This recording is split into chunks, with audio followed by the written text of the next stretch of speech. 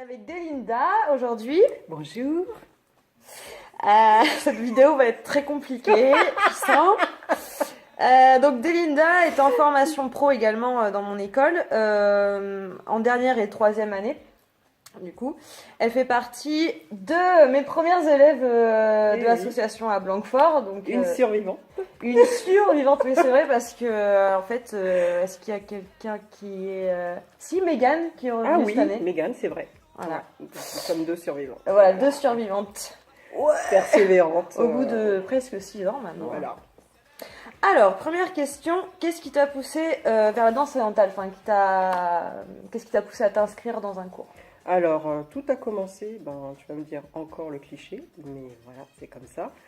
Au cours d'un mariage d'une amie, donc elle a fait venir une danseuse. D'accord. Donc cette danseuse, c'était Souraya. Ah oui, ouais, c'était Souraya. Ah ouais, c'est marrant. Et c'est un vrai coucou à Souraya. Voilà. J'ai trouvé ça vraiment très joli. Ouais. Et elle m'a proposé de participer, enfin d'assister à un spectacle. D'accord. Qui se trouvait à Font-Gravé. Ah ouais, c'est trop drôle. Et voilà. Et celle qui m'a vraiment décidé, désolée, c'est toi. Ah bon? Oui, c'est toi. Non, mais sérieusement, c'est toi. Parce que je t'ai vu danser, j'ai trouvé ça vraiment magnifique. Ah, tu m'avais vu avant de t'inscrire à mes cours? Ouais, je d'accord. t'avais vu. Et t'étais dans ton costume Annie. Vert, non? Vert Annie, ouais. Ouais. Ouais. Et puis j'ai vraiment trouvé ça super joli et je me suis dit, je m'inscris. Allez, et check. Voilà. Hey! Yeah. Ça va être très compliqué. Mon Dieu, faites pas attention. Non, ouais, franchement, ça va être dur là. 3 mots pour décrire ta manière de danser. Ta manière à toi de danser. Question difficile. Oui, c'est une question difficile parce que je suis en pleine réflexion sur moi-même. Ouais. Donc, je suis encore par ta danse aussi. Voilà. Je suis encore en train de rechercher mon moi intérieur. Ton style, etc. Mon style, donc... Mais à l'heure actuelle, si tu devais, avec le passé que tu as quand même, parce que ça fait 6 ans presque maintenant que t'en fais, si tu devais dire 3 mots vraiment dont tu es sûr sur ta manière de danser, de la manière aussi dont tu ressens quand tu danses, etc., quels seraient-ils et pourquoi tu choisis ces mots-là? Spontanéité. Ouais. Parce que dans mes manières, j'ai une certaine spontanéité. Mm-mm. Dans aussi ma façon d'exprimer mon visage. Oui. Donc c'est vrai que je suis un miroir, quoi. Ouais. C'est soit qu'on s'aperçoit si je suis bien, si je suis heureuse, ou si c'est l'inverse, si je suis stressée. Ouais. On le ressent tout à fait. D'accord. Et un autre mot...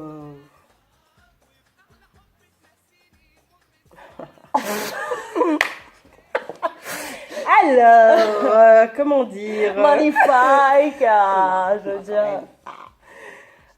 Ma manière de danser, c'est assez folklorique. Ouais, je me trouve un peu folklore. D'accord, dans le sens authentique. Ou tu voudrais dire plutôt non, quelque chose clownesque? Oui, je trouve. Ah donc c'est folklore, genre en mode ouais c'est folklore, d'accord, oui, ok, voilà. C'est pas folklorique, genre dans la danse orientale folklorique, c'était voilà, c'est folklorique dans le clownesque sens où, un peu, voilà. Un peu un côté un peu humoristique. Voilà. D'accord. Et je pense que c'est deux mots... deux mots qui vraiment te représentent. Voilà, me représentent. Ok.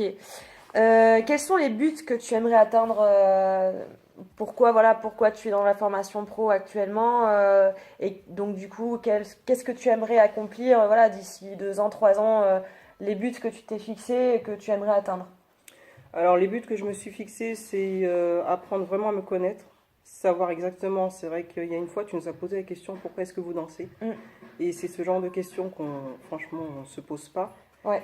Et là, je me dis, je danse tout simplement parce que pour apprendre à m'aimer.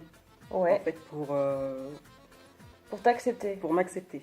D'accord. Voilà, pour accepter ce que je suis. Donc, et c'est une manière pour moi de... Une espèce de thérapie. Voilà, c'est une thérapie. Une espèce de quête de soi. Donc, en fait, un des buts que tu aimerais atteindre, c'est d'arriver à la quête de toi-même à travers cette danse-là. Et aussi faire partager cet amour de moi-même avec le public. Okay. Qui le ressentent, et aussi partager beaucoup de choses. Il n'y a pas que moi, je ne suis pas narcissique. Hein. Et non, mais dis-toi que je suis assez... c'est des buts très nobles, en fait. Je ne sais pas si vous êtes d'accord avec moi. Ok, j'ai reçu un message, tout va bien. J'ai dû faire une tête, c'est bon, bref. Non, mais c'est des buts très nobles parce que clairement, voilà, tu parles pas tout de suite de buts concrets dans le sens, voilà, être invité, nanani, ce qui est très respectable parce que moi-même, c'est les choses dans lesquelles je me suis livrée, c'était directement par rapport à, voilà, à des buts très concrets.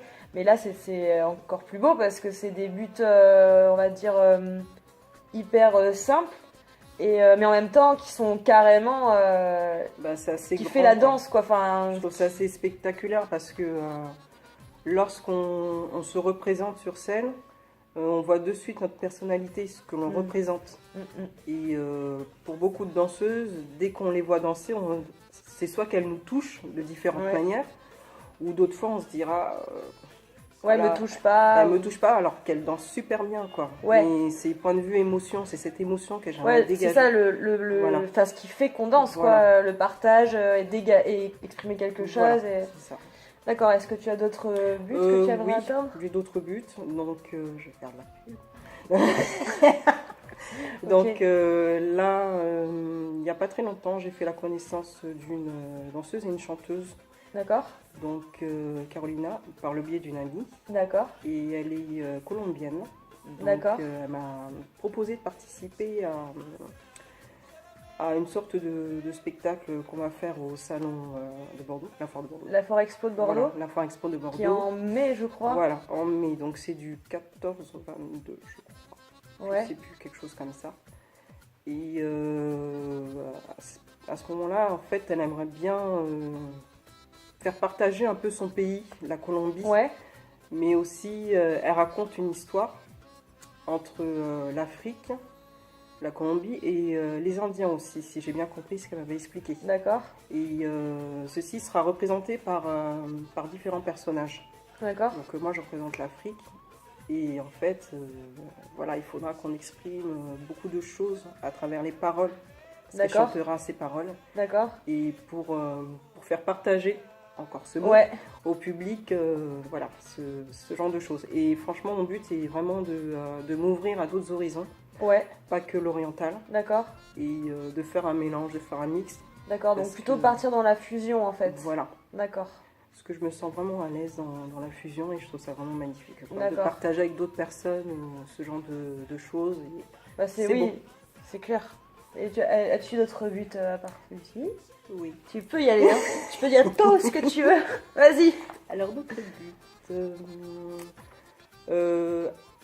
M'améliorer au niveau danse, au niveau technique. Ouais. Et faire de la scène. Ouais. Et concours. Ouais, c'est clair. Mais c'est des bons buts. Voilà. Pour beaucoup, les concours, c'est une chose, voilà, c'est super et tout. Bon, pour moi, j'ai eu cette expérience il n'y a pas très longtemps et franchement, c'est une expérience intéressante.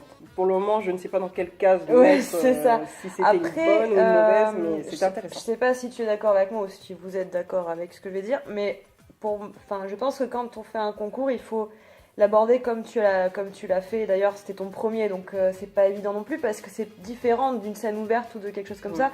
C'est-à-dire qu'il faut pas y aller vraiment pas dans le but de gagner. Il faut y aller parce qu'en fait, tu sais que tu es jugé, mais pas méchamment, hein, jugé par un parterre de personnes qui sont hyper reconnues, tout ça. Puis en plus, généralement, il y a un public derrière qui sait que c'est un concours, donc forcément, ils vont avoir leur avis et forcément pas méchant non plus, mais donc c'est quelque peu un peu la cage au lion pour l'artiste qui est sur scène, et ce qui va te donner beaucoup plus de c'est un peu combattre le mal par le mal, parce que si tu arrives à un moment donné à arriver à gérer ton stress avec un concours qui est vraiment hyper stressant, machin, une scène ouverte ou quelque chose où tu es un peu plus relax, où il va juste avoir un partage entre le public et toi, tu vas être beaucoup plus...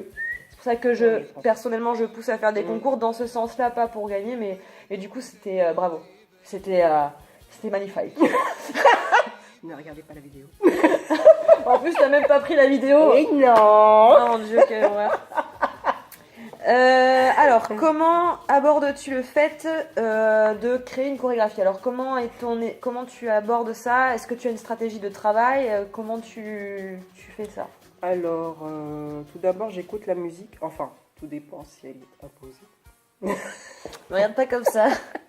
Mais si la musique n'est pas Oui, imposée, voilà. que j'ai choisi cette musique, c'est que pour moi, elle représente quelque chose de beau. Donc déjà, je vais faire mes recherches, parce que si c'est une musique...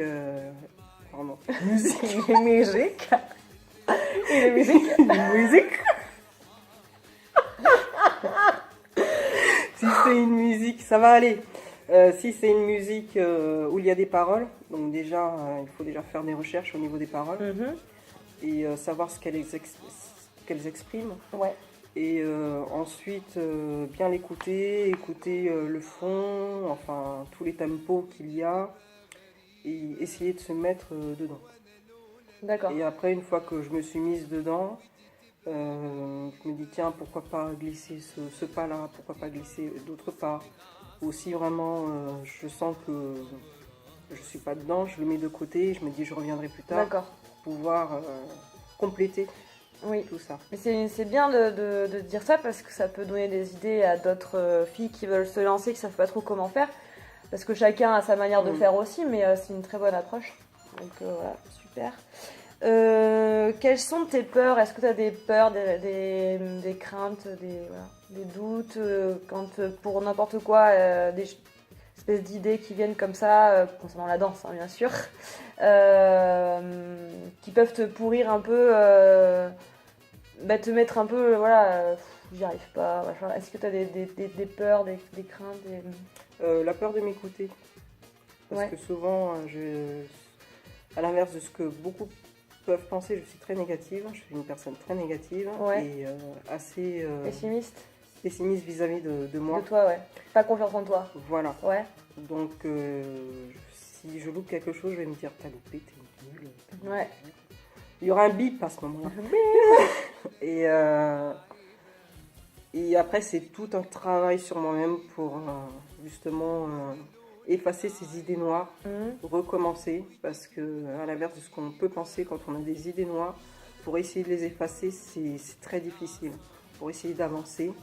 Et voilà, c'est cette peur-là, de me dire t'es en pleine régression, t'es nul, enfin ça va pas. Alors qu'on sait très bien que... à un moment donné, ça va aller mieux. Que aussi c'est... quand on apprend plein d'apprentissage, c'est comme un grand 8, quoi. Donc on va progresser doucement ou rapidement, il y aura des chutes, il y aura une autre progression. Ouais, un grand 8, ça représente bien un grand 8. Non, alors je me rends compte qu'en fait il reste plus que 2 minutes de truc, donc je vais éteindre et rallumer, ok? À tout de suite. Reprenons. Alors, quel est ton premier coup de cœur en danse mentale au niveau de la danseuse que vraiment t'as fait ouah? C'était Divina. Divina. Oui. Quand elle est venue à Bordeaux, quand Elsa l'a fait venir Voilà. en 2012 ou 2013 2012, je crois. Ouais, c'était vraiment... Ouais. En fait, on reste sans voix. D'accord. C'était magnifique. Ouais. Ouais. Et t'avais pris des stages aussi avec elle ou vous avez juste vu du coup Oui, juste vu. Et ce que j'ai aimé, c'est sa simplicité aussi. Ce côté où, malgré le fait qu'elle soit une grande star, je veux dire en danse orientale, oui. elle est simple. Elle est vraiment simple. Donc, je sais pas comment dire ça. Ouais, puis elle représente vraiment, j'ai envie de dire, la réussite vraiment sur tous les plans. En plus, c'est quelqu'un qui a l'air, moi je suis d'accord avec toi, d'hyper simple. Oui. Quand bien même, c'est quelqu'un qui est hyper connu, quoi. Mais donc, oui, comme quoi, ça va pas. C'est pas forcément de pair, genre elle est connue. Non, en fait, c'est quelqu'un. Ouais. Elle va passer à côté de nous, elle aura toujours un sourire. Enfin, moi, la première fois que j'ai vu, je l'ai vu justement juste cette fois-là. Et dans les coulisses, elle nous regardait, c'était juste un petit sourire d'encouragement, parce qu'elle savait qu'on allait passer sur scène. Franchement, c'était beau. Voilà. C'était beau. Très bien. Et ton dernier coup de cœur?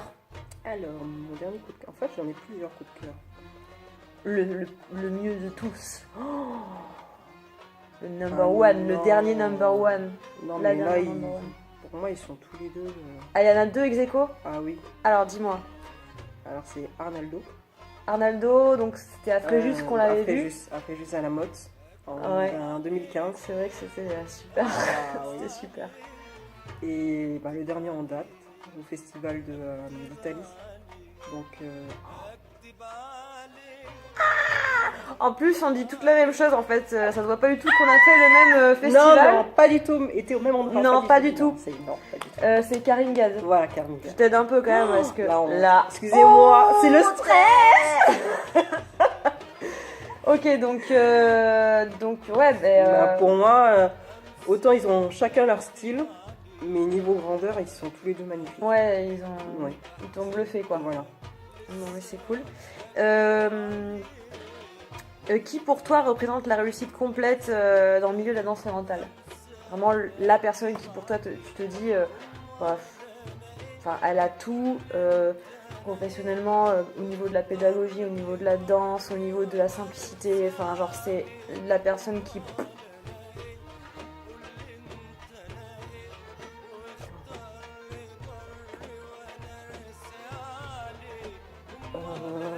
Cette question est un peu compliquée parce que.